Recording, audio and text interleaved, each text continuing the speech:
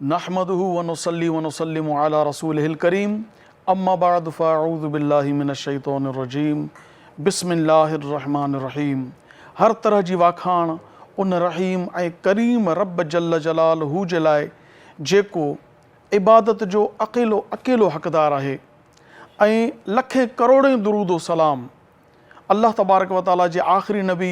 ऐं तमाम नबियनि जे सरदार हज़रत मुहम्मद सल्लल्लाहु अलैहि व आलिहि वसल्लम जंहिंजी ज़ात अक़दस ऐं संदन आल ऐं असहाब सगोरनि ते. सिंध टीवी जे प्रोग्राम रोशनी जी वाट जे तमाम नाज़रीन और सामाईन जी ख़िदमत में अस्सलामु अलैकुम वरहमतुल्लाहि ताला व बरकातहू. आऊं आहियां जो मेज़बान अबुल हसन अब्दुल ख़ालिक़ क़ादरी ऐं अॼु असां जंहिं टॉपिक ते गुफ़्तगू कंदासूं पहिरीं उन जो तारुफ़ थियणु घुरिजे. मुंहिंजा निहायत ई मुअज़्ज़ज़ क़ाबिल एहतराम मुंहिंजा भाइरो मुंहिंजूं भेनरूं बचड़ा ॿारड़ा सभु जेके हींअर बि प्रोग्राम ॾिसी रहिया आहियो, यकीनन हर शख़्स दुनिया में इहा ख़्वाहिश रखे थो त मुंहिंजो हिकिड़ो मक़ाम हुजे,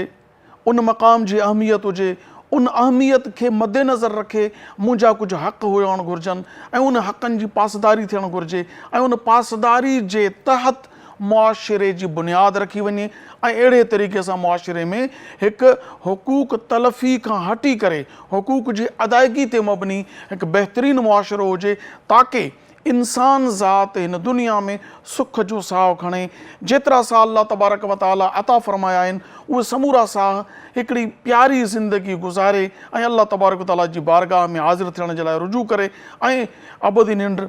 सुम्ही पवे ऐं पोइ वरी जॾहिं अल्लाह तबारक व ताला चाहे त हीउ उथे ऐं उन महिल जॾहिं अल्लाह तबारक व ताला जी बारगाह में उथे त जॾहिं उनखां इहो सुवालु थिए त तो इन नेमत जे बारे में हुन नेमत जे बारे में बिलख़ुसूस हुकूक ज़ौजैन जे बाबति तुंहिंजो वर्ताव छा रहियो, तो कीअं हुकूक अदा कया या न कया, किथे कोताही थी, जो कारण छा हो. सभ खां पहिरीं हुकूक ज़ौजैन यानी ज़ाल जा मुड़ुस ते हक़, मुड़ुस जा ज़ाल ते हक़. इन्हीअ में सभ खां पहिरीं जेका अहमियत आहे उहा आहे इल्म जी, त ॼाण हुअणु घुरिजे, ख़बर हुअणु घुरिजे त ज़ाल जा मुड़ुस ते केतिरा ऐं कहिड़ा हक़ आहिनि. जी हा मुंहिंजा मोहतरम नाज़रीन सामीन, अॼु असांजो जेको मौज़ू आहे, मौज़ूअ सुखन जेको उहो आहे ज़ाल जा मुड़ुस ते हक़. यानी हिकु औरत जॾहिं पढ़णजी अचे थी, शादी करे अचे थी, निकाह करे अचे थी, उन खां पोइ उन घर में उन जो जेको घर जो सरबराह आहे उहो मुड़ुसु आहे, जेको मर्द आहे, उन ते संदसि औरत ज़ाल जोइ घरवारीअ जा कहिड़ा हक़ आहिनि इहो इल्मु हुअणु घुरिजे. उन खां पोइ ॿियो आहे जॾहिं इल्मु हुजे उन खां पोइ माहौल,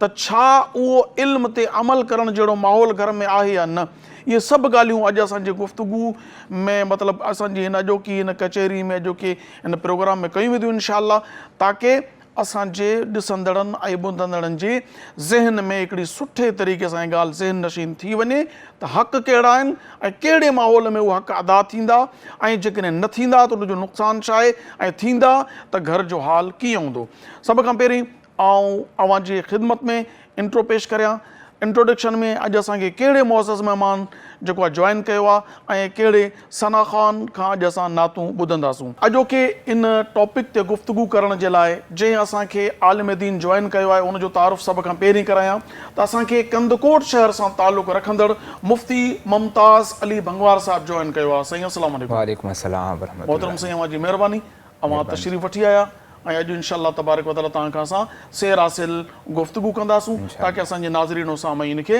हिकिड़ी तशफ़ी थी वञे त हुकूक छा हूंदा आहिनि. उन खां पोइ अॼोकी महफ़िल में सुहिणे सुठे आवाज़ सां ताल्लुक़ रखंदड़, सुठे ख़ानदान सां ताल्लुक़ रखंदड़ ऐं सुठी निस्बत सां ताल्लुक़ रखंदड़ टई शयूं भलियूं. हिकु त आवाज़ अल्लाह ताला जी अता आहे जंहिंखे अता करे,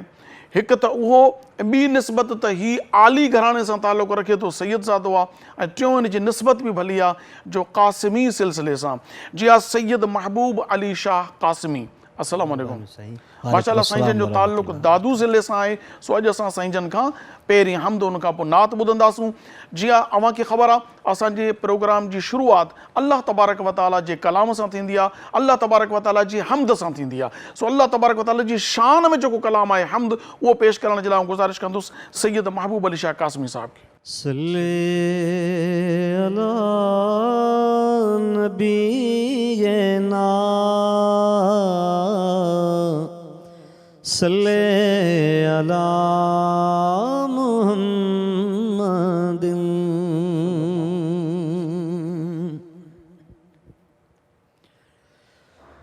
मुझो मालिक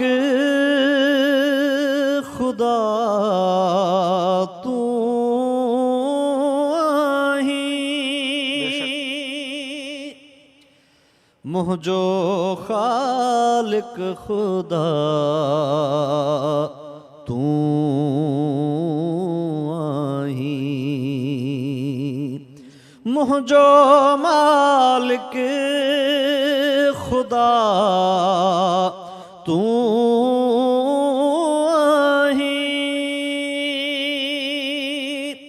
मुझो खालिक खुदा तू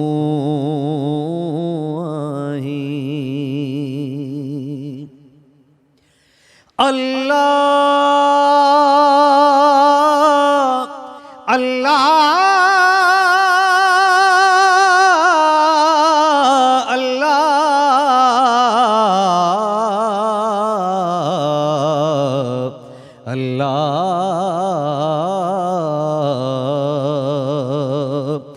अल्लाह अल्लाहू अल्लाह अल्लाह अल्लाहू अल्लाह अल्लाह अल्लाहू अल्लाह अल्लाह अल्लाहू पूरी कायनात छाप तहतुल सिराई हिक इराज़िक खुदा तू आही मुझो मालिक खुदा तू आही मुझो मालिक खुदा तू आही मुझो खालिक खुदा तू आही। माशाअल्लाह माशाअल्लाह माशाअल्लाह। सैयद महबूब अली शाह कासिमी साहब तमामु प्यारे अंदाज़ में यकीनन तव्हां ॿुधी करे ॾाढो महसूसु थिया हूंदो, तमामु बहितरीनु आवाज़ अल्लाह तबारक व तआला खे नता फ़रमायो आहे। सो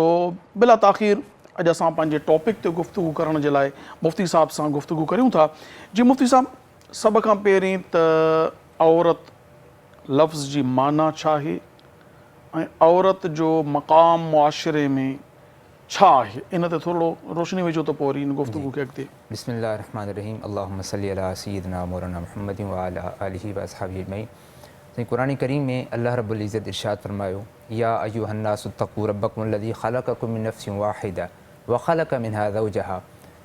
ख़ालिक़ कायनात इरशाद फरमायो त ए इंसानो, ए मुसलमानो, तहां अल्लाह रब्बुल इज़्ज़त जी तक़वा इख़्तियार कयो। छाजे करे जो उन ख़ालिक़ कायनात हिकु इंसान मां पोइ नस्ल खे वधाए करे अॻिते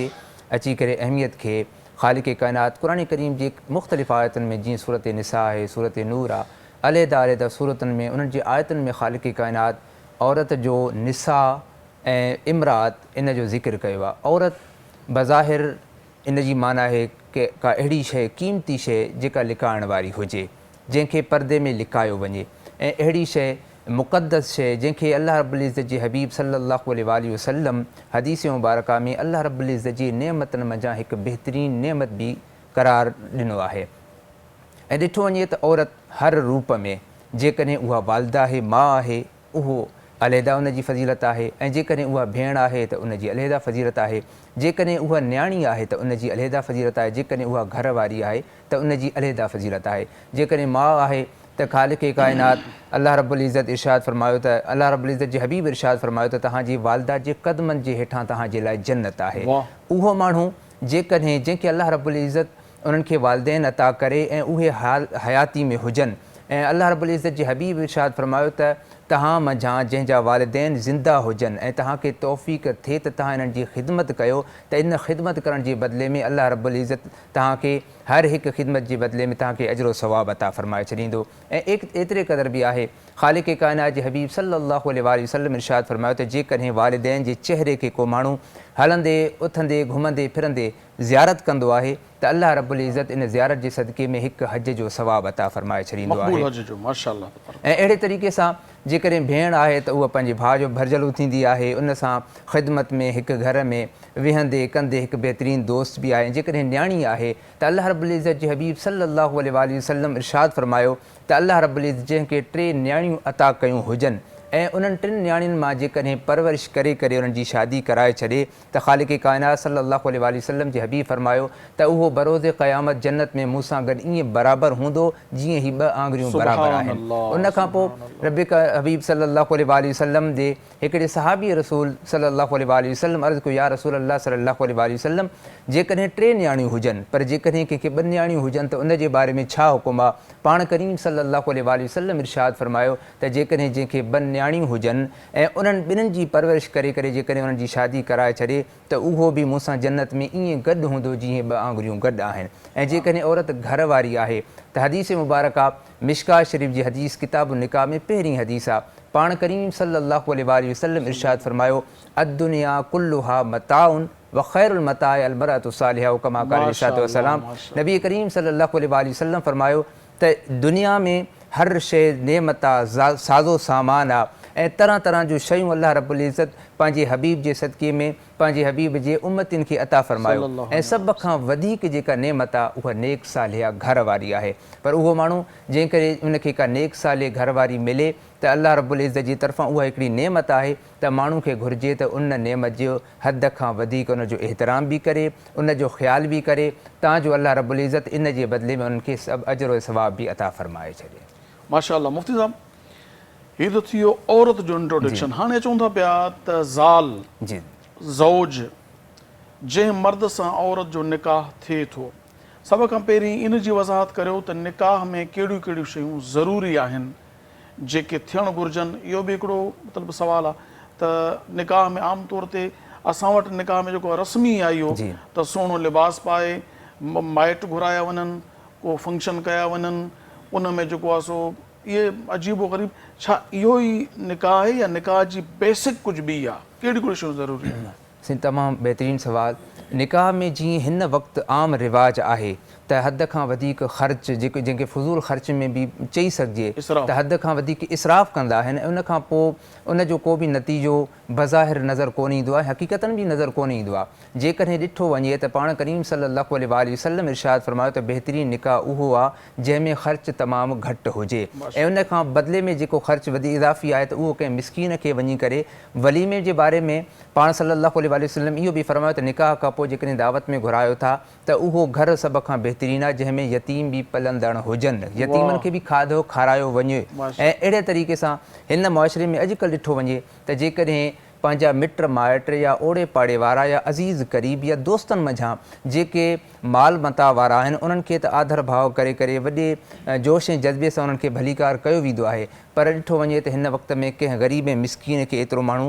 जेको आहे त पंहिंजे क़रीब वेझो बि अचणु न ॾींदो आहे तांजो उन्हनि जी इज़त अफ़ज़ाई में का कमी वाक़ई थिए। निकाह सभ खां बहितर उहो जंहिंमें घटि ख़र्च हुजे, इस्लामी तौर तरीक़े सां जेकॾहिं कया वञनि त अल्लाह रब्बुल इज़्ज़त उन्हनि में वरी मुहबत ऐं वधीक अता फ़रमाए छॾींदो आहे। अॻे वक़्तनि में जीअं माण्हू निकाह अची करे मस्जिदुनि में कंदा हुआ ऐं ग़रीबनि मिसकीननि में खजूर कतल वग़ैरह इहे खारकूं वग़ैरह विराईंदा हुआ तांजो ग़रीब मिसकीन अची करे इन्हनि जे ख़ुशी में शरीक थी वञनि। ऐं अहिड़े तरीक़े सां जेकॾहिं इन निकाह खे राइज कयो वञे त मस्जिदुनि में या ग़रीबनि मिसकीननि में जेकॾहिं उन्हनि खे बि घुराए करे इन निकाह में शामिलु कयो वञे त यकीनात अल्लाह रब्बुल इज़्ज़त ॿिन्ही ज़ौजैन जे विच में वधीक मुहबतूं अता फ़रमाए। माशाअल्लाह मुफ़्ती साहब तमामु बहितरीनु अंदाज़ में सम्झायो तव्हां। नाज़रीन,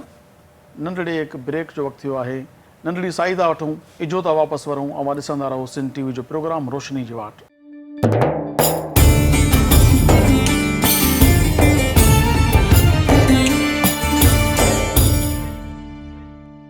भलीकार नाज़रीन, अवां अॼु तमामु बहितरीन गुफ़्तगू असांजो जेको टॉपिक आहे इहो हिन दौर में शूमई क़िस्मत चऊं असां, जो हिकु तादादु आहे जिते औरतुनि खे अहमियत न ॾिनी वेंदी आहे, जिते ज़ाल थी अचे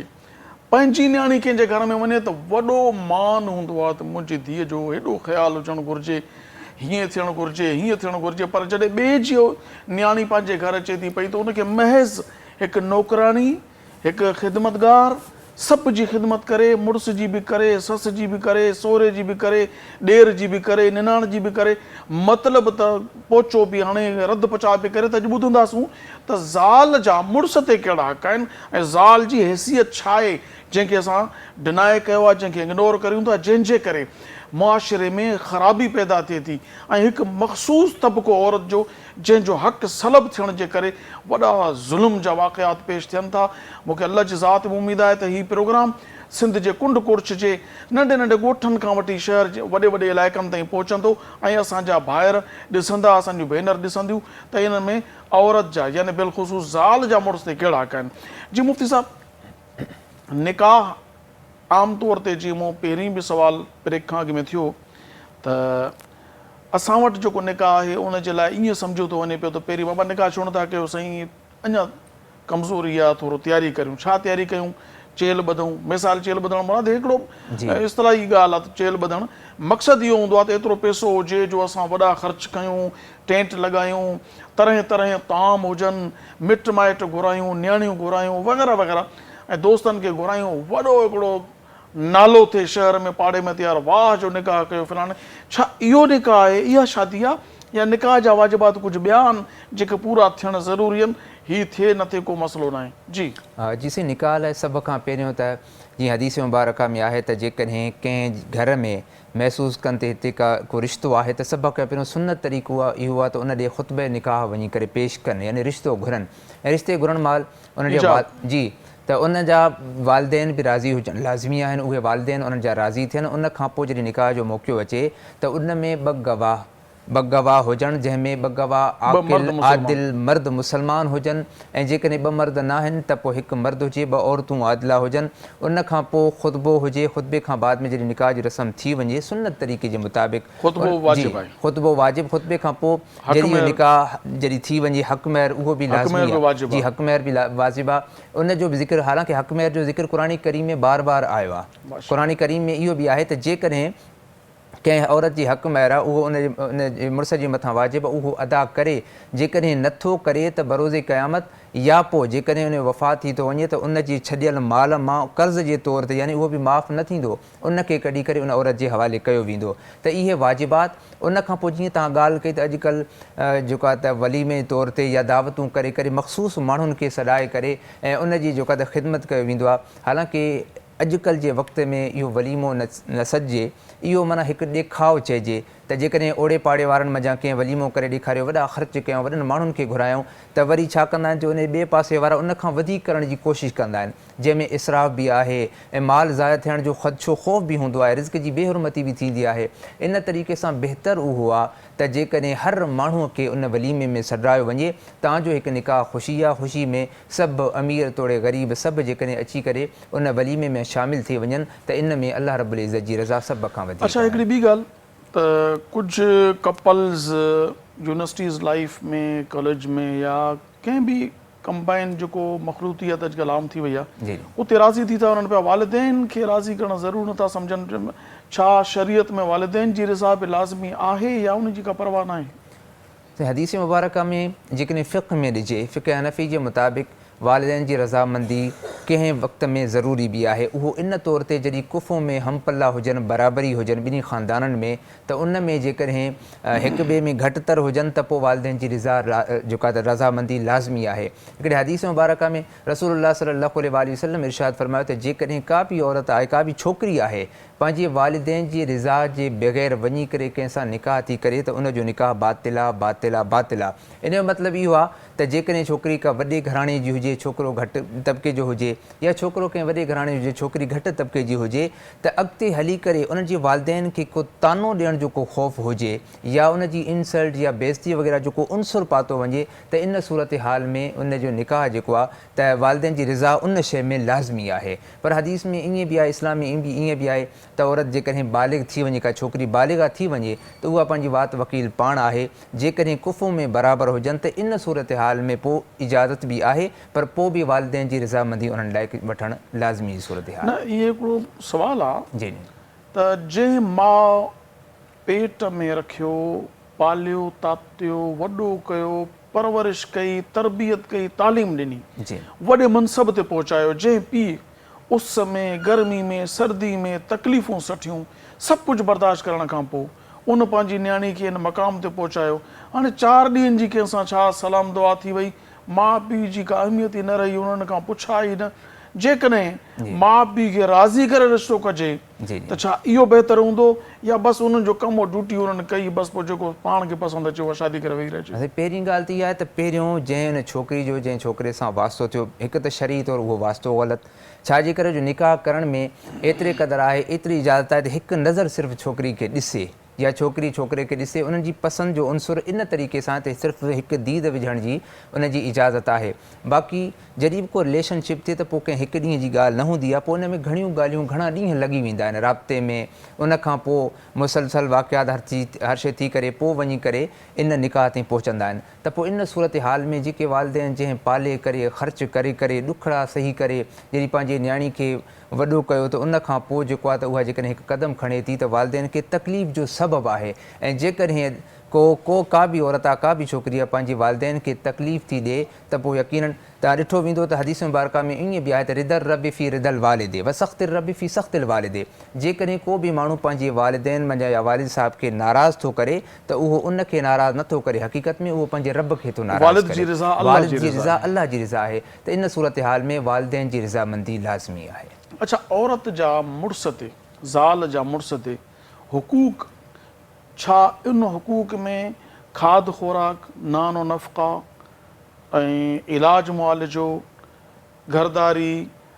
4 दीवारी मुहैया करणु, सभु कुझु इन में कहिड़ी कहिड़ी शइ आहे जेका औरत जी मुड़ुस ते बाज़ाब्ता तौरु हक़नि में शामिल थिए थी पई? जिसे निकाह खां पोइ त उन औरत लाइ जेको आहे त घर, नानो नफ़क़ा, सुकना, रिहाइश, ख़र्च पाणी, ऐं क़ुरान करीम में बि आहे त जंहिं मुआशिरे में उहा थी करे आई आहे त उन मुताबिक़ सहूलियत मुयसरु करण बि उन मुड़ुस जे मथां हक़ु आहे। ॾिठो वञे जीअं मिसाल जे तौर ते जेकॾहिं कंहिंजी शादी कंहिं अहिड़े घराणे मां थिए थी जेका छोकिरी शहर में रहंदड़ आहे, जिते सहूलियात आहिनि, फैसिलिटीज़ आहिनि, गैस बि आहे, बिजली वग़ैरह, मिसाल जे तौर ते त जेकॾहिं कंहिं ॿाहिराड़ी में वञे थी त उहा उन ॿाहिराड़ी खां न वाक़िफ़ आहे ऐं उनखे का ख़बर बि न आहे त कहिड़े तरीक़े सां ॿारिजे या ॿारिजे त उनखां पोइ रद पचाव ॾाढी ॾुखियाई आहे। त क़ुरान करीम में ईअं बि आहे त उन मुड़ुस खे घुरिजे त पंहिंजे घरवारी लाइ पंहिंजे सहूलियत मुताबिक़ आसाइशूं ऐं सहूलियतूं मुहैया करे, इहो उनजे मथां लाज़िम आहे। ऐं जेकॾहिं उहो नथो करे सघे त पोइ उनखे एडजस्ट करण जी कोशिशि करे, ताजो को अहिड़ो वक़्तु अची वञे उन खां पोइ उन लाइ वरी बहितर खां बहितर जेकॾहिं सहूलियात मुयसरु करे त उहो बि उन लाइ बहितर आहे। नानो नफ़क़ा, ख़र्च, रिहाइश, लटो कपिड़ो ऐं बीमारी वग़ैरह, इन सूरत हाल में उन मुड़ुस खे पंहिंजे घरवारी जो साथ ॾियणु लाज़मी आहे। त घरवारी जा हक़ आहिनि उनजे मथां त उनजे घर में रहे, ख़र्च पाणी, रिहाइश, उहो सभु शइ मुहैया करणु उन औरत जे उन मुड़ुस जे मथां लाज़िम आहे। क़ुरान करीम अल्लाह ताला फरमायो त वाशिरुहुन्ना बिल मारूफ़, त पंहिंजी घरवारनि सां सुहिणो सलूक करियो। हाणे इन आयत खे मद्देनज़र रखूं, या अर रिजालु क़व्वामून अलन निसा, क़ुरान में अल्लाह पाक फरमायो त मर्द औरतुनि ते हुकुमरान आहिनि, अफ़सर आहिनि, उन जा वॾा आहिनि, माना अॻवानी उन्हनि जी आहे। इन ॿिन्ही आयतुनि खे मद्देनज़र रखंदे हिकु मुड़ुस खे पंहिंजी ज़ाल सां वर्ताव कहिड़ो रखणु घुरिजे, कुझु माण्हुनि जो ख़्यालु इहो आहे त अर रिजालु क़व्वामून अलन निसा, क़ुरान में अल्लाह फरमायो मर्द औरतुनि ते हुकुमरान आहिनि त हुकुमरान थी रहो, दबदबो हुजे, रोब हुजे, ग़लती करे त उनखे मार कुट ॾिजे, या वरी आशिरू हुन बिल मारूफ़ जे तहत त उन्हनि सां जेको सुठो सलूक सुहिणो सलूक कयो, ख़ुशि तबई हुजे। त हिन मां मुड़ुस जे लाइ कहिड़ी शइ, कहिड़ो अंदाज़ इख़्तियार करणु ज़रूरी आहे? छा ख़ुशि तबई हुजणु घुरिजे या जीअं अफ़सर अॼुकल्ह जे दौर जा आहिनि पंहिंजो हुकुमरान उहो हुअणु घुरिजे? साईं ॾिसो न, नबी करीम सल्लल्लाहु अलैहि वसल्लम जी सीरत पंहिंजे साम्हूं आहे। पाण करीम सल्लल्लाहु अलैहि वसल्लम कहिड़ो सुठो सलूक इख़्तियार कयो, हर मुसलमान खे उन जी पैरवी करणु लाज़मी आहे। ऐं तारीख़ जेकॾहिं पढ़ी वञे, क़ुरान करीम में बि आहे, जीअं मूं मुंड में आयत ज़िक्र कयो त अल्लाह रब्बुल इज़्ज़त औरत खे यानी हज़रत आदम अलैहिस्सलाम जे इंसान जे पासरी मां जेका त पैदा कयो आहे, उहा टेड़ी आहे, ॾिंगी आहे। ऐं हदीस में ईअं बि आहे, नबी करीम सल्लल्लाहु अलैहि वसल्लम फरमायो त जहिड़े तरीक़े सां आहे उनखे ईअं ई हलाइण जी कोशिशि कयो, पर जेकॾहिं तव्हां उनखे सिधे करण जी कोशिशि कंदो त ज़ाहिर उहो टुटी पवंदो, भई पवंदो ऐं तव्हांखे ई नुक़सानु आहे। ऐं हदीस मुबारक हज़रत अबू हुरैरा रज़ियल्लाहु ताला अन्हा खां रिवायत आहे, पाण फरमाइनि था त नबी करीम सल्लल्लाहु अलैहि वसल्लम फरमायो त हदीस आहे मुसलसल त पंहिंजे पाड़ेसियुनि सां सुठो सलूक कयो ऐं पंहिंजे घर वारियुनि सां सुठी राह इख़्तियार कयो, उन्हनि सां सुठे सलूक में पेश अचो। अर्रिजालु क़वामून अला निसाए, जेकॾहिं इनखे ॾिठो वञे त मर्द हाकिम आहे, हुकुमरान आहे, पंहिंजे घर जो वॾो आहे ऐं उन वॾे खे जेकॾहिं घर में रिआया आहे, रहण वारियूं आहिनि, जेकॾहिं ॿार आहिनि, घरवारी आहे, उन्हनि खे ॿाहिरां का सामान मुहैया करे ताजो उन्हनि खे ॿाहिरि निकिरण जी ज़रूरत न पए, कंहिं तकलीफ़ खे फेस करणु मुंहुं ॾियण जी ज़रूरत न पए। ऐं वाशिरू हुन बिल मारूफ़, उहो ईअं आहे त खंदा पेशानी सां पेश अचणु घुरिजे, ताजो जेकॾहिं घरवारी खे का तकलीफ़ थिए त उहा डिॼी वञे त जेको आहे त मर्द मुंहिंजो सफ़ा जलाद क़िस्म जो माण्हू आहे, जेकॾहिं ॻाल्हाईंदसि त हे ख़बर न आहे हले छा करे, त अहिड़ी सूरत हाल बि न हुजणु घुरिजे। मुड़ुस खे पंहिंजे घरवारी सां दोस्ताणो रवैयो इख़्तियार करणु घुरिजे, तव्हांजो ॾुखे वक़्त में, तव्हांजो सलाह में, तव्हांजो जेकॾहिं का दिलि जी ॻाल्हि शेयर करणी हुजे, उन सां ॻाल्हियूं करणियूं हुजनि त सुठे सलूक सां, मुहबत सां जेकॾहिं उहो पेश अचे त अल्लाह रब्बुल इज़्ज़त इन शइ में वधीक ख़ुशी जो इज़हार फरमाईंदो आहे। मतिलबु हीअं जी त मुड़ुस जो ज़ाल सां जेको ताल्लुक़ आहे जी उहो हिकु सुठे दोस्त वारो हुजे। जी जी बिल्कुलु ठीकु आहे। अच्छा, जॾहिं अर्रिजालु क़वामून अला निसा में इहा शइ आम तौर ते हिकिड़ी तनक़ीद कई वेंदी आहे त क़ुरान त तव्हांजो नऊज़ बिल्लाह या दीन त ईअं औरत खे जेको आहे सो महकूम कयो आहे, मर्द खे हाकिम कयो आहे। छा औरत घर जी वॾी थी सघे थी या मर्द ई घर जो वॾो हुजणु ज़रूरी आहे, न त सिस्टम न हलंदो? ॾिसी, घर जो वॾो हुजणु औरत खे घर जो जेको सामान आहे, मिसाल जे तौर ते रध पचा थी वञे या घर गृहस्थी थी वञे, उहा औरत जो कमु आहे। मुड़ुस इन शइ खे कॾहिं बि फेस नथो करे सघे, जेकॾहिं कंदो बि त कुझु ॾींहंनि खां बाद में ऑटोमेटिक उहो थकिजी पवंदो। ऐं औरत आहे, उन जो कमु आहे जेकॾहिं घर में, त उहा ॿाहिरि जेकॾहिं कमु करण लाइ वेंदी त ज़ाहिर थकिजी पवंदी। त इन सूरत हाल में मर्द खे ॿियनि कमनि में हाकिम थियणु घुरिजे ऐं औरत खे घर गृहस्थी वारे में ऐं जेका त मामलनि में वॾी थियणु घुरिजे। तव्हांजो जेकॾहिं फ़र्ज़ु कयो जॉइंट फैमिलियूं आहिनि, औरत जेकॾहिं वॾी आहे घर में, उन जूं जेका त ॿिया बि ॿार वग़ैरह आहिनि, त ज़ाहिर हर कंहिंखे जॾहिं इख़्तियार थी पवंदो त पोइ घर न हली पवंदो। त इन करे औरत खे घर में हुक्मरानी ज़रूरी आहे। त जीअं सिंधी में हिकु चवणी बि आहे त घणे ज़ालें घर न हले, घणे मुड़ुसें हर न हले। जेकॾहिं हर औरत पंहिंजे घर में पंहिंजे हिसाब सां जेकॾहिं पंहिंजी हुक्मरानी कंदी त पोइ घर खे टुटण जो ख़दशो आहे। त घर गृहस्थी में औरत खे वॾी हुजणु ज़रूरी आहे ऐं ॿियनि मामलातनि में मर्द खे वॾो हुजणु इहो लाज़िमी। अच्छा, हाणे इन में बि ॿ सूरतूं आहिनि, हिकु इहा त मर्द हुकुमरान आहे जी, यानी फ़ैसिले जो इख़्तियार मर्द वटि आहे। मर्द वटि आहे। छा उहो फ़ैसिलो करण महिल पंहिंजी ज़ाल जे मशवरे जो पाबंद आहे या न, या उहो बसि जेको फ़ैसिलो हीउ घरु छॾिणो आहे, हू वठिणो आहे, हीअ शइ वठिणी आहे, हीअ करिणो आहे, उहो पाण पंहिंजी मर्ज़ी सां, या औरत खे बि पंहिंजी घरवारी खे पंहिंजे जेके मामलात आहिनि उन में मशवरे में शामिलु करणु घुरिजे? त जेकॾहिं औरत खे पंहिंजे मामलातनि में जेकॾहिं शरीक हयात आहे ऐं क़ुरान करीम में हुन लिबासुल लकुम व अंतुम लिबासुल लहुन एतिरे क़दुरु जॾहिं आहे त पोइ घर चेंज करण में हुन लिबासुल लकुम व अंतुम लिबासुल लहुन, माना तव्हां मर्द उन औरत जो लिबास आहे ऐं औरत जेका आहे त उन मर्द जो लिबास आहे। अक्सर ॾिठो वियो आहे, ॻाल्हि त ॿी आहे पर उन अंसर में था अचूं त अक्सर ॾिठो ईअं वियो आहे त औरतूं के अहिड़ियूं हूंदियूं आहिनि जेकॾहिं घर में को जहिड़ो झगड़ो थी वञे त उन खां पोइ उहे ॻाल्हियूं या ॿियूं उहे राज़ जेके आहिनि त पंहिंजे मिटनि माइटनि में फाश करे छॾींदियूं आहिनि, ॿुधाए ज़ाहिर करे छॾींदियूं आहिनि। उन खां पोइ घर में जहिड़ो झगड़ो वग़ैरह वधण जो ख़दशो अञा वधीक थी पवंदो आहे। अहिड़े सूरत हाल में ऐं जेकॾहिं दोस्त थी करे पंहिंजी घरवारी सां मुड़ुस ऐं मुड़ुस जेका त घरवारी पंहिंजे मुड़ुस जी इज़त ऐं एहतराम सां रही करे जेकॾहिं जेकॾहिं कंहिं बि ॻाल्हि खे कंहिं बि मसइले खे हल करण जी गॾिजी कोशिशि कंदा ऐं मुड़ुसु जेकॾहिं पंहिंजे घरवारी खां कंहिं बि मामलात में मशवरो वठे थो त मशवरो वठणु उनजो बहितरु आहे ऐं हाकिमियत ऐं हुकूमत उन सूरत में जेकॾहिं त मशवरो न वठिजे छो जो उन औरत खे उनजी घरवारी खे उन मामले जी का ख़बर न हुजे पर उन मामले जी जॾहिं ख़बर बि आहे का बि अहिड़ी शइ आहे जंहिंमें मशवरो वठण बि लाज़मी आहे त पोइ उन सूरत हाल में उन मुड़ुस खे पंहिंजी घरवारी खां मशवरो वठणु लाज़मी आहे। माशाल्लाह मुफ्ती साहब तमामु बहितरीन अंदाज़ में तव्हां गुफ़्तगू कई। नाज़रीन हींअर वक़्तु थियो आहे नंढड़ी हिकु ब्रेक जो, हिकिड़ी साई था वठूं। तव्हां बि जेकॾहिं को कमकार नंढड़ो आहे चांहि वग़ैरह सुबुह जो पहर आहे पी वठो था त बहितरु आहे, न त बसि असां इजो था वापसि वरूं। ॾिसंदा रहो सिंध टीवी जो प्रोग्राम आहे रोशनी जी वाट।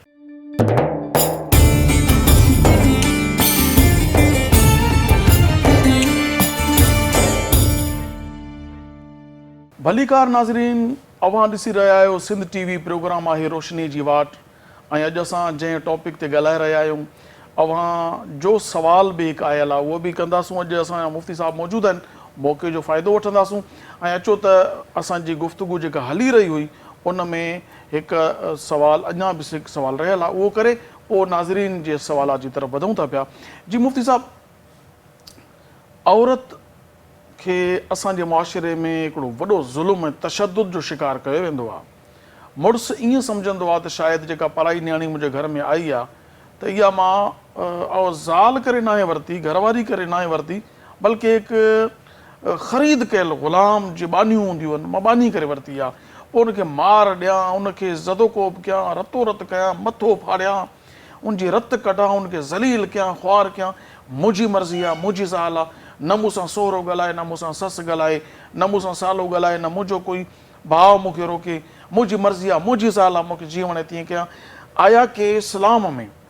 औरत खे तशद्दुद करण जी इजाज़त आहे औरत ते या न? जे आहे त कहिड़े अंदाज़ में, जे नाहे त पोइ उनजो गुनाह केतिरो आहे? तमामु बहितरीनु सुवाल थी, तमामु इंतिहाई बहितरीनु। ॾिठो वञे त मर्द खे औरत ते तशद्दुद त छा, पर ॻाल्हियूं ॿुधंदा आहियूं, ख़बर पवंदी आहे त मुड़ुसु त छॾे करे ॿिया उनजा घर भाती जेकॾहिं उन औरत जो को ॾेर थिए त उनखे जेकॾहिं कावड़ अची वञे त उहो ई माना इंतिहाई सख़्तु तशद्दुद, ऐं इहो हर ॿिए टे ॾींहं जो इहो जेको आहे त इहो रौशो हूंदो आहे। हालांकि क़ुरानी जेको आहे त शरीयत में औरत ते तशद्दुद जेकॾहिं का ॻाल्हि न मञे या कॾहिं का अहिड़ी का सूरत हाल थिए त उन जा हदीस मुबारक में तरीक़ा इख़्तियार कया विया आहिनि। पहिरीं ॻाल्हि इहा त उहो मुड़ुसु उन पंहिंजी घरवारी खे सम्झाए, जेकॾहिं सम्झाइण सां सम्झे थी त ठीकु आहे, पर जेकॾहिं न त एतिरे क़दुरु बि आहे त पंहिंजो बिस्तरो जेको आहे त उनखां अलॻि धार करे, तव्हांजो ॿ टे ॾींहं इहो रवैयो इख़्तियार करे त उन सूरत हाल में मतां उहा औरत सम्झी पए। वरी जेकॾहिं न त पोइ वरी उनखां पोइ वरी आहिस्ते आहिस्ते उन्हनि खे सम्झाइण जी कोशिशि करे त उन तरीक़े हाल में सूरत हाल में उहा सम्झी वेंदी। रही ॻाल्हि तशद्दुद जी, त तशद्दुद जी जेकॾहिं कंहिं बि सूरत में एतिरे क़दुरु आहे त जेकॾहिं कावड़ सां ॻाल्हाइणु या उनखे दड़को ॾियणु या जेको आहे त अहिड़े क़दुरु में जो उनजी दिलि आज़ारी बि न थिए ऐं सम्झाइण जी सूरत हाल ईअं हुजे जो उहा सम्झी वञे। रही ॻाल्हि तशद्दुद करणु, मारणु, मथा फाड़णु या उनखे ज़लील करणु या वरी जेको आहे त उन पंहिंजे घर में अहमियत न ॾियणु, उनजी इज़त न करणु या ॿियनि जे साम्हूं उनजी इंसल्ट करणु या जेको आहे त अहिड़ी सूरत हाल में जेका हर वक़्तु उहा परेशानी जे आलम में रहे, उहा कंहिं बि तरीक़े सां उहा जाइज़ न आहे। जेकॾहिं तरीक़ो आहे त उनखे सम्झाइजे या उनखां पोइ वरी पंहिंजो बिस्तर उनखां जेको आहे त अलहदा कजे तां जो उहा इन तरीक़ेकार सां सम्झी वञे। इहो सिर्फ़ु ऐं सिर्फ़ु मुड़ुस लाइ आहे। बाक़ी जेकॾहिं जॉइंट फैमिली आहे, ॿिया जेकॾहिं उन फैमिली मेंबर आहिनि त उन्हनि खे कंहिं बि तरीक़े सां उनखे हथु लाइण जी इजाज़त न आहे। बल्कि एतिरे क़दुरु बि आहे त जेको ॾेर आहे त शरई तौर ते त उनखां बि उन औरत खे पर्दो करणु लाज़मी आहे। औरत खे पर्दो करणु लाज़मी आहे, औरत खे उनखां पर्दो करणु लाज़मी आहे ऐं ॿियनि खे बि उनखे यानी कि मुड़ुस खे घुरिजे। हदीस में शरीयत में ईअं आहे त का बि औरत जेकॾहिं मुड़ुस आहे, मुड़ुस खां अलावा उहे माण्हू जेके उनजे निकाह में अची था सघनि त उन सभिनी खां पर्दो करणु उन तां लाज़मी आहे। त तशद्दुद जी सूरत हाल त बिल्कुलु बि न, सम्झाइण जी सूरत हाल आहे, उनजे पंहिंजो बिस्तरो वग़ैरह अलहदा करण जी सूरत हाल आहे तांजो इन सूरत हाल में औरत ते तशद्दुद बि न थिए ऐं इन सुहिणे सलूक सां उहा सम्झी बि वञे। मतिलबु हीअं त ॾेर सोहरो या ॿिया जेके आहिनि सो जेकी आहे जीअं अॻिजाई औलाद आहे, जेकॾहिं ॿी ज़ाल मां औलाद आहे त उनखे तशद्दुद करण जी क़तअन इजाज़त न आहे। हे मारकुट जेका कई थी वञे पई त उहो कानूनन बि जुर्म आहे, शरई तौर ते बि जुर्म आहे। औरत आहे, ज़ाल आहे, कंहिंजी नियाणी आहे, कंहिंजी धीउ आहे, कंहिंजी भेण आहे, जो इहो मक़सदु थोरी आहे जो तव्हां सां निकाह कराए ॾिनी बसि हाणे तूं नऊज़ बिल्ला ख़ुदा थी वियो, तव्हांजी मर्ज़ी आहे जेको कानून नाफ़िज़ बिल्कुलु कयो, सही रतो रत करियो, उनखे ज़लील ज़लील ख्वाल कयो, करणु एतिरे क़दुरु का ॻाल्हि का वॾी ॻाल्हि बि न आहे हूंदी। फ़र्ज़ु कयो मानी देरि सां पचाइण ते या जेकॾहिं पाणी देरि सां भरण ते या महिमान आया उनजी ख़िदमत करण में का देरि कमी कोताही थी वञे त पोइ माना मर्द जो पंहिंजे आपे मां ॿाहिरि निकिरी ईंदा नी वधीक जज़्बाती थी वञणु, उन्हनि खे कुटणु मारणु करणु, इहो कानूननि बि ग़लति आहे, शरन बि ग़लति आहे। त अहिड़ी सूरत हाल जेकॾहिं कंहिं बि जॻह ते आहे, जेकॾहिं उहे ॿुधनि था त उन्हनि खे इन सूरत हाल खां बिल्कुलु पोइते हटणु घुरिजे ऐं सुहिणे सलूक सां उन सां जेकॾहिं त ॻाल्हाइणु बर्ताव इख़्तियार करणु घुरिजे। जी नाज़रीन, अव्हां जा सवाल जवाब ऐं शुरू खां वठी चवंदो पियो अचां, अॼु बि अर्ज़ु करियां पियो त असांजो जेकॾहिं हीउ प्रोग्राम अव्हां न आहियो ॾिसी सघिया टेलीविज़न ते त पोइ यूट्यूब चैनल ते असांजो यूट्यूब ते चैनल आहे असांजो, उनखे तव्हां सब्सक्राइब करियो, Sindh TV HD Islamic. YouTube ते वञी सिंध टीवी HD इस्लामिक लिखी करे उनखे सब्सक्राइब करियो, लाइक करियो ऐं उते तव्हां चाहियो त को जेकॾहिं का ॻाल्हि असांजे प्रोग्राम में तव्हांखे सम्झ में न आई त उनजे हेठां पंहिंजा कमेंट्स लिखो, कमेंट्स में सवाल लिखी सघो था। अवां मंझां अॼु जेको सवाल शामिल करियूं था हीअ आहे मोहतरमा हुमैरा नवाब शाह खां सवाल करे थी पई, जेको मुफ़्ती साहब खां असां सवाल कंदासूं। मुफ़्ती साहब सवाल आया त हीअ मोहतरमा आहे नवाब शाह खां सवाल करे थी त असां औरत कंहिं इदारे में नौकिरी करे थी, कंहिं बि इदारे में स्कूल टीचर आहे या उते पटेवाला हूंदा आहिनि, क्लर्क्स हूंदा आहिनि या कोई हेडमास्टर जेकॾहिं मर्द आहे किथे कंबाइंड जेकॾहिं तालीम आहे या कंहिं ॿिए इदारे में, त पोइ उते शरई पर्दो केतिरो करणु घुरिजे त जीअं असां गुनाहगार न थियूं, अल्लाह तबारक व तआला जी बारगाह में हाज़िर थियूं, असां लजी न हुजूं, शर्मसार न हुजूं, असांखे छा करणु घुरिजे ऐं कहिड़ियूं एहतियातियूं करणु घुरिजनि जो असांखे इदारे में कमकार करे सघूं? जी साईं, तमामु बहितर सवाल। क़ुरान करीम में सूरत नूर में आहे त वला युब्दीन ज़ीनतहुन्न इल्ला मा ज़हर मिन्हा वलियद्रिबन बिख़ुमरिहिन्न अला जुयूबिहिन्न। कंहिं बि औरत खे पंहिंजो सूंहुं वग़ैरह ज़ाहिर करण जी का बि शरई तौर ते क़तन इजाज़त न आहे का, जी सूंहुं ज़ाहिर करणु। त ॾिठो वञे बदकिस्मती चइजे त का बि औरत आहे, जेकॾहिं का बि का ख़ातून आहे, जेकॾहिं ॿाहिरि कंहिं बि इदारे में जेकॾहिं नौकिरी करणु वञे थी त ॾिसो न हार सिंगार करणु कंहिं बि औरत खे इन ॻाल्हि मां शामिल थो कयां त सिर्फ़ु ऐं सिर्फ़ु पंहिंजे मुड़ुस लाइ जाइज़ आहे, इन खां अलावा कंहिं लाइ बि जाइज़ कोन्हे का। इदारे में सादगी तौर ते ऐं उन खां पोइ पंहिंजी सूंहं खे लिकाए, क़ुरान करीम में वाज़िह आहे वला युब्दीन ज़ीनतहुन्न, पंहिंजे सूंहं खे ज़ाहिर न करे, पर उहे शयूं जंहिंजी इजाज़त आहे, चहिरो थी वियो, हथ थी विया, पेर थी विया, इहे बि इन्हनि खे बि खोलण जी इजाज़त आहे, जेकॾहिं इहे खुली वञनि त का पाबंदी उन्हनि ते न आहे। पर ईअं बि आहे त कंहिं जॻह ते कंहिं फितने जो ख़ौफ़ हुजे, को अहिड़ो माण्हू जेकॾहिं ॾिसी करे अॻिते हली करे को प्रोपेगंडा या का तस्वीर कढी करे कंहिं बि उनजे कंहिं मिट माइट खे ॾेखारण ख़ातिर या उनजे जज़्बात खे उभारण ख़ातिर या ग़ैरत जेको मसइले तहत उनखे को मोकिले थो, जॾहिं अहिड़ी का सूरत हाल थिए त पोइ उन तौर ते मुकमल पर्दो करणु जेका त लाज़िम आहे। त जेकॾहिं हूअं ई चहिरो जेकॾहिं खुली वञे त उन का हर्ज न आहे, चहिरे जी टिकी ऐं हथ उहे खुली वञनि त का जेका त इन में को हर्ज न आहे। पर ॼाणी वाणी जीअं अक्सर ॾिठो वियो आहे त अक्सर प्राइवेट इदारनि में हथनि ते जेका त मेहंदियूं वग़ैरह हणी करे उन खां पोइ ॼाणी वाणी हर शइ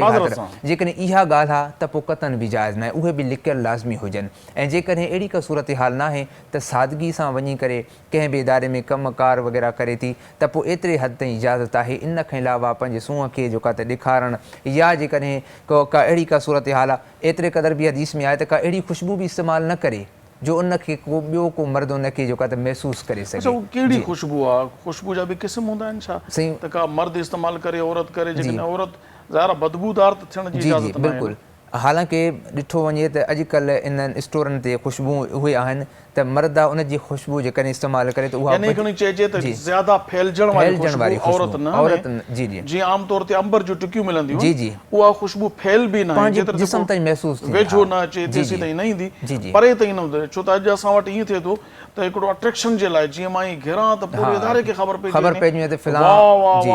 फिलाणो अची वियो या फिलाणी अची वई, त अहिड़ी ख़ुशबू औरत खे इस्तेमालु करण जी इजाज़त आहे या न? बिल्कुलु न आहे। अहिड़ी ख़ुशबू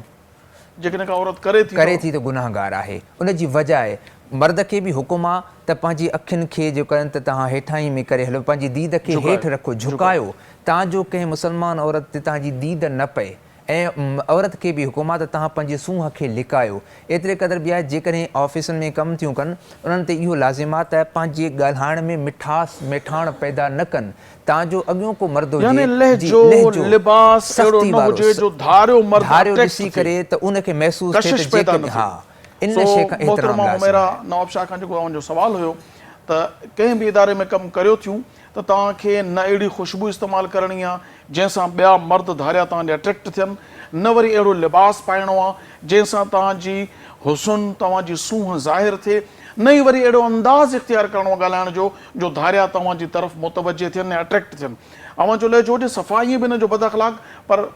जवाबु गुफ़्तगू सीधी सीधी यानी नरमी न हुजे जेको अट्रैक्ट न थिए। उम्मीद आहे त अॼोकी गुफ़्तगू अव्हांखे ज़रूरु फ़ाइदो ॾिनो हूंदो ऐं इन अंदाज़ में असांजो जेको प्रोग्राम थियो अव्हांखे कीअं लॻो। अव्हां पंहिंजा कमेंट्स असांजे यूट्यूब चैनल मां हिकु दफ़ो वरी ॿुधायां सिंध TV HD इस्लामिक ते पंहिंजा कमेंट्स लिखो, अॼोको प्रोग्राम अव्हांखे कीअं लॻो। असां पंहिंजे हथल मक़दूर कोशिशि कईसूं त तव्हांखे सुठे खां सुठो ऐं बहितर खां बहितरीन मवाद पेश करियूं ताकी क़ुरान और हदीस जी रोशनी में असां पंहिंजी ज़िंदगी बहितर खां बहितरीन गुज़ारण में कामयाब थियूं। सो नाज़रीन, इन अल्फाज़ इन गुफ़्तगू इन कचहरी जी पुॼाणी ते आऊं थोराइतो आहियां अव्हां सभिनी जो जेके मुंहिंजा नाज़रीन सामाईन अॼु प्रोग्राम ॾिठो, चाहे तव्हां असांजे सिंध TV जे चैनल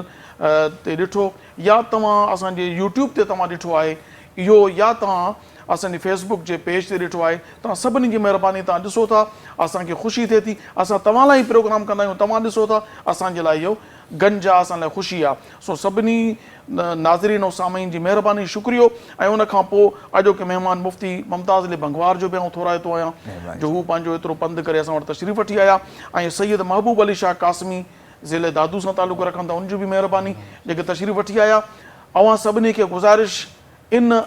गुज़ारिश ते अव्हांखे इजाज़त वठां थो त सुभाणे साॻिए टाइम ते इहो ई सिंध TV चैनल रोशनी जी वाट प्रोग्राम में अव्हां सां मुलाक़ात थींदी। अल्लाह ताला चाहियो त इंशाअल्लाह तबारक व ताला तेसीं ताईं पंहिंजे मेज़बान अबुल हसन अब्दुल ख़ालिक़ क़ादरी खे इजाज़त ॾींदा। अल्लाह वाही, अस्सलामु अलैकुम वरहमतुल्लाहि ताला। नाले मिठा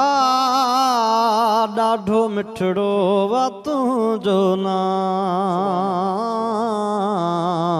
आका मिठा ॾाढो मिठड़ो वा तुंहिंजो नाम, है मदनी मोहम्मद जाम, नाले मिठा ॾाढो मिठड़ो वा तुंहिंजो नाम, हूं मत हर हिकु लफ़्ज़ हलीमा मूंखे वणी वियो, मीम करीमा मूंखे वणी वियो, मीम करीमा है मीम जो आला मकाम, आका मिठा ॾाढो मिठड़ो वा तुंहिंजो नाम, मदनी मिठा ॾाढो मिठड़ो वा तुंहिंजो नाम, अला मदनी मोहम्मद जाम, नाले मिठा ॾाढो मिठड़ो वा तुंहिंजो नाम, पहुच मोहम्मद मुश्किल आ पई यादि कयो मूं जॾहिं बि यादि चई पहुच मोहम्मद मुश्किल आ पई यादि कयो मूं जॾहिं बि यादि चई पहुतो ॿुधी पैगाम, आका मिठा ॾाढो मिठड़ो वा तुंहिंजो नाम, नाले मिठा ॾाढो मिठड़ो वा तुंहिंजो नाम तोड़े महेसल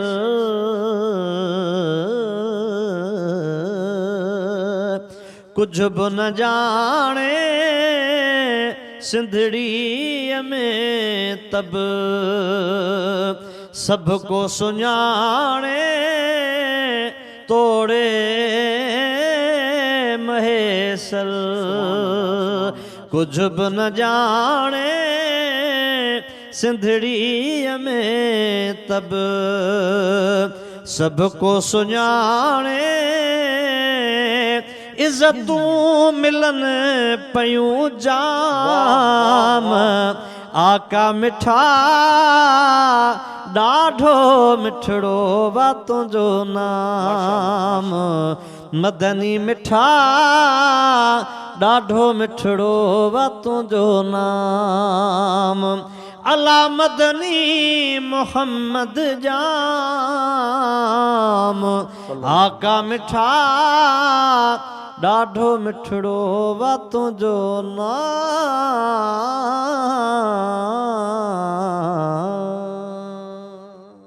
सब्सक्राइब करियो असांजो official YouTube channel Sindh TV HD Islamic ऐं वधीक अपडेट लाइ बेल आइकन ते क्लिक करियो।